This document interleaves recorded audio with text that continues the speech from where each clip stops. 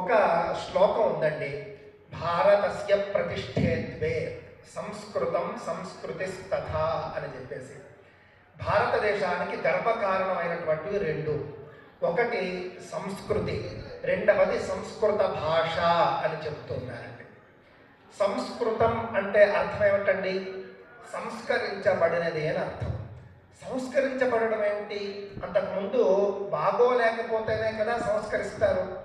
అంటే అంతకుముందు ఈ భాష దోషభూయిష్టంగా ఉండేదా? అంటే ఒక భాషకు రిఫైన్డ్ లాంగ్వేజ్ అనేటటువంటి పేరు ఎందుకు వచ్చింది? అంతకుముందు బాగోలేని దాన్ని తర్వాత సంస్కరించారా? సంస్కరించబడింది కాబట్టి సంస్కృతం అన్నారా? సంస్కరిస్తే ఎవరు సంస్కరించారు అని అనేక మందికి సందేహాలు వస్తాయి. మనందరికీ తెలిసినటువంటి రామాయణంలోనండి ఆంజనేయ స్వామిని మరియు రావణాసురుడిని ఇద్దరిని కూడా మనం ఒక ముఖ్యమైనటువంటి గుర్తుతో పిలుచుకుంటాం. ఇద్దరిని ఎందుకంటే శత్రువులో కూడా ఉన్నటువంటి కొన్ని మంచి విషయాలు ఉంటే మనం చెప్పుకుంటాం. రావణాసురుడికి అలాగే ఆంజనేయ స్వామికి ఉన్నటువంటి సారూప్యతలు ఏమిటి అంటే ఇద్దరూ కూడా నవవ్యాకరణవేత్తలు అని చెప్పేసి పేరు. 9 వ్యాకరణాల్లో ఇద్దరు పండితులుట. 9 వ్యాకరణాలు అంటే ఏమిటి? 9 భాషల్లో ఉన్నటువంటి వ్యాకరణాల్లో పండితుల అంటే కాదు. సంస్కృత భాషకే ఉన్నటువంటి 9 వ్యాకరణాల్లోనూ వాళ్ళు మహాపండితులు ఇద్దరు కూడా నవవ్యాకరణవేత్తలు అని చెప్పేసి చెబుతారన్నమాట. ఆ విధంగా త్రేతాయుగం నాటికి, రామాయణ కాలం నాటికి ఈ యొక్క దేవ భాషకి 9 వ్యాకరణాలు ఉండేవి. అంతకంటే ముందు 12 వ్యాకరణాలు ఉండేవిట. ఒకప్పుడు 12 వ్యాకరణాలు ఉన్నటువంటి భాష రామాయణ కాలం నాటికి 9 వ్యాకరణాలు ఉంటే కలియుగం మొదలయ్యేసరికి 9 వ్యాకరణాలు ఈ కలియుగంలో ఎవడు చదువుతాడు? కలియుగంలో ఉన్నటువంటి మానవాళికి అంత సమయం ఉండదు, అంత శ్రద్ధ ఉండదు, అంత బుద్ధి కూడా ఉండదు. అందువల్ల ఈ 9 వ్యాకరణాలను కూడా కలిపి ఒకే వ్యాకరణంగా లోకానికి అందించాలి అని చెప్పేసి దేవలోకంలో చర్చ జరిగింది. దేవలోకంలో చర్చ జరిగిన తరువాత ఈ మహత్తరమైనటువంటి కార్యం చేయడానికి పాణిని అనేటటువంటి ఒక వ్యక్తి రూపంలో దేవతలు పంపించారు. ఆ పాణిని మహర్షి ఈ 9 వ్యాకరణాలను కూడా కలిపి సరళం చేసి ఒకే ఒక వ్యాకరణంగా అందించారు. కలియుగంలో పాణిని మహర్షి చేత కొత్తగా సంస్కరించబడింది కాబట్టి దానికి సంస్కృతము అని చెప్పేసి పేరు వచ్చింది. 9 వ్యాకరణాలను కలిపి ఒకే వ్యాకరణంగా ఆయన లోకానికి అందించారు. అందుకు సంస్కృతం అన్నారు. అంతేకాని సంస్కృతం అంతే దోషభూయిష్టమైనది కానే కాదు. సంస్కృతం అనే పదానికి అర్థం ఇది, దృష్టిలో పెట్టుకోండి. పాణిని మహర్షి సంస్కరించడానికి ముందు ఈ భాషకి కొన్ని చాలా పేర్లుంటే ఇప్పటికీ ఉన్నాయి. దేవభాష, గీర్వాణవాణి, దేవవాణి, భారతీ భాష, భారతీ వాక్, బ్రాహ్మి అనేటటువంటి అద్భుతమైన పేర్లతో పిలిచేవారు. ఆ తర్వాత సంస్కృతం అని చెప్పేసి పిలుస్తూ వచ్చారు. ఇది దేవభాష అని, దేవవాణి అని, గీర్వాణవాణి అని చెప్పేసి కూడా పిలువబడింది.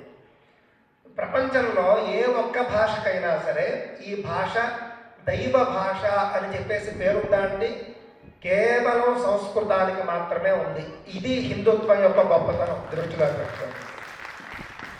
వేరే భాషలు వాళ్ళ మతానికి సంబంధించిన భాషలుగా వాళ్ళు చెప్పుకుంటారు, కానీ ఇది దైవీ భాష అని వాళ్ళు ఎవరు చెప్పుకోరు. కానీ సంస్కృతం దేవభాష, ఇందులో ఎలాంటి అనుమానం లేదు. ఎందుకు? దానికి ఆధారం ఏమిటి అని అంటే కనుక ఏ వ్యక్తి కూడా రచించినటువంటి వేదాలు ఏవైతే ఉన్నాయో ఆ వేదాలు సాక్షాత్తుగా ఆ యొక్క సంస్కృత భాషలోనే ఉన్నాయి. సంస్కృత భాషలో తప్ప వేరే భాషలో వేదాలు లేవు. మనకు లక్షల సంవత్సరాలుగా కూడా సంస్కృత భాషలోనే వేదాలు వస్తూ వచ్చాయి. ఇక ఈ యొక్క ఇంత గొప్పదైనటువంటి సంస్కృత భాషకు సామాన్య మానవులకు ఉన్నటువంటి సంబంధం ఏమిటనేది ఒక చిన్న ఉదాహరణతో మీకు చెప్పే ప్రయత్నం చేస్తాను. మనం అంతా కూడా తెలుగు వాళ్ళం కదండి. తెలుగు వాళ్ళం ఏమంటాం? మనం తెలుగు వర్ణమాల అని ఉంటుంది, అక్షరాలు. అక్షరాల్లో మనం అచ్చులు, హల్లులు అంటాం. అచ్చు అంటే ఏంటంటే మనం డిజిటల్ ప్రింట్లో వేసేటటువంటి అచ్చ కాదు. ఈ అచ్చు, హల్లు అనేటటువంటి ఈ పదాలు రెండూ కూడా సంస్కృతం నుండి వచ్చాయి. మన తెలుగు వర్ణమాలకు మూలమైనటువంటి ముఖ్య పదాలు సంస్కృతం నుండి ఎలా వచ్చాయి అంటే చాలా గొప్ప కథ ఉంది దీని వెనుక. నేను ఇందాక చెప్పాను పాణిని మహర్షి గురించి. ఆయన గురుకులంలో చాలా కాలం ఆయన ఉన్నప్పటికీ కూడా ఆయనకి ఎంతసేపు గురువు గారికి సేవ చేయాలి అనేటటువంటి ఒక తపనే తప్ప చదువుకోవాలి, నేను పండితున్న వాళ్ళ ఉండేది కాదు. చాలా కాలం పాటు గురుకులంలో ఉన్నాడు. అతనికి అసలు చదువు అవ్వలేదు. ఒక 20 ఏళ్ళు ఉన్నాడు ఆయన. ఒకానొక సందర్భంలో గురువుగారి భార్య అతన్ని చూసి, పాపం ఏమండి చాలా కాలంగా మీ దగ్గర ఉండి సేవ చేస్తున్నాడు, ఒక అక్షరం ముక్క రాలేదు, ఏదో విధంగా మీరు అనుగ్రహించండి అంటే ఆయన చెప్పాడు, ఇతడికి నేను చెప్పలేను చదువు, నా వల్ల ఇతనికి విద్య రాదు, ఇతనికి విద్య ఏదైనా ఇవ్వాలి అంటే పరమేశ్వరుడే ఇవ్వాలి, అందువల్ల నేను శివ పంచాక్షరి మంత్రాన్ని ఇతడికి ఉపదేశిస్తాను అని చెప్పి పిలిచి శివ పంచాక్షరి ఉపదేశించి, ఫలానా కొండ మీదకు వెళ్ళి నువ్వు తపస్సు చేయి, అక్కడ నీకు పరమశివుడు చూసుకుంటాడని చెప్పగా ఆయన 12 ఏళ్ళు తపస్సు చేశాడు. చేస్తే పరమశివుడు ప్రత్యక్షం అయ్యాడండి. ప్రత్యక్షం అయ్యి ఏమీ మాట్లాడలేదు, నీకేం వరం కావాలి నేను ఇస్తానల్లా.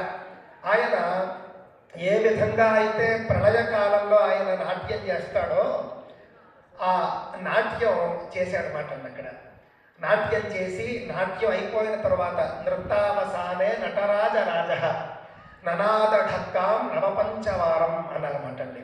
నాట్యం అయ్యాక ఆయన ఢమరుకాన్ని 14 సార్లు వాయించాడు.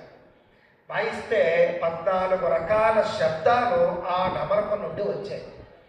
ఆ 14 రకాల శబ్దాల నుండి శివ అనుగ్రహం చేత ఈ యొక్క పాణిని మహర్షి 14 సూత్రాలను గ్రహించాడు ఆయన. వాటికి మహేశ్వర సూత్రములు అని పేరు నేటికి కూడా. అదేమిటట, ఐవును రులుకు ఏ ఓంగ్ ఐ ఔచ్ హయవరట్ లను యమగణనం ఘఢఘశ జబగడదశ, ఈ విధంగా 14 సూత్రాలు ఉంటాయన్నమాట అండి. కఫ చఠథ చటకౌ కపై శశసర్ హల్ అని చెప్పేసి ఈ యొక్క 14 సూత్రాలకు కూడా ఇది మాహేశ్వరాని సూత్రాన్ని అంటారన్నమాట అండి. అనాది సంజ్ఞార్థాన్ని అని కూడా అంటారు. ఎందుకు చెప్తున్నారంటే పాణిని మహర్షి తరువాత రచించినటువంటి, అంటే శివానుగ్రహంతో ఈ 14 సూత్రాలను ముందు పెట్టుకుని ఆయన అష్టాధ్యాయి అని చెప్పేసి ఒక గొప్ప వ్యాకరణ శాస్త్రాన్ని ఆయన రచించాడు. అందులో 4000 సూత్రాలు ఉంటాయి.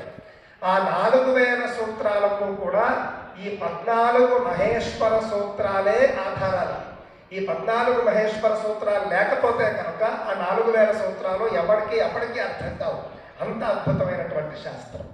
ఇంతకీ ప్రస్తుతానికి వస్తే ఈ 14 సూత్రాలు ఉన్నాయి చూసారా, ఐవును రులుక్ ఏ ఓం ఐ ఔచ్ అని చెప్పేసి అందులో ఆ అని మొట్టమొదటి అక్షరాన్ని తీసుకోవాలి మనం.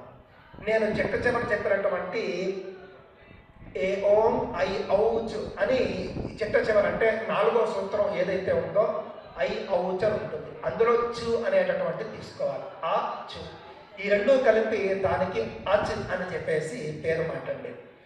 ఆ మధ్యలో ఉన్నటువంటి అక్షరాలన్నీ కూడా అచ్చులు అని తరువాతి రోజుల్లో తెలుగు భాషలో వచ్చాయి. పాణిని వ్యాకరణంలో ఆ మధ్యలో ఉన్నటువంటి అక్షరాలను ఎల్లప్పుడూ కూడా అచహ అచహ అని చెప్పేసి ఆయన సూత్రాలు చెబుతూనే ఉంటాడు. అచహ పరస్మిన్ పూర్వ విధువు లాంటివి చాలా ఉంటాయన్నమాట. ఆ తర్వాత హయవరట్ అని చెప్పేసి మొదలుపెట్టి చిట్ట చివర మీరు చూసుకుంటే కనుక హల్ అని ఇంకొక చిట్ట చివర సూత్రం ఉంటుంది.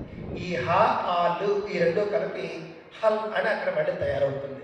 ఆ మధ్యలో ఉన్నటువంటి అక్షరాలన్నింటికీ కూడా హల్లులు అని చెప్పేసి పేరు మాట్లాడండి.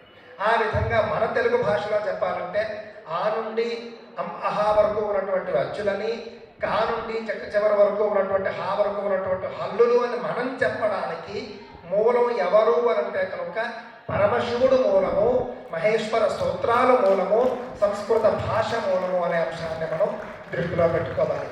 ఆ విధంగా మనందరికీ తెలియకుండానే అచ్చులు హల్లులు ఎందుకు వాడతామో తెలియకుండానే మనం తెలుగు భాషలో వాడుతున్నాము అనే అంశాన్ని మనం దృష్టిలో పెట్టుకుంటాం.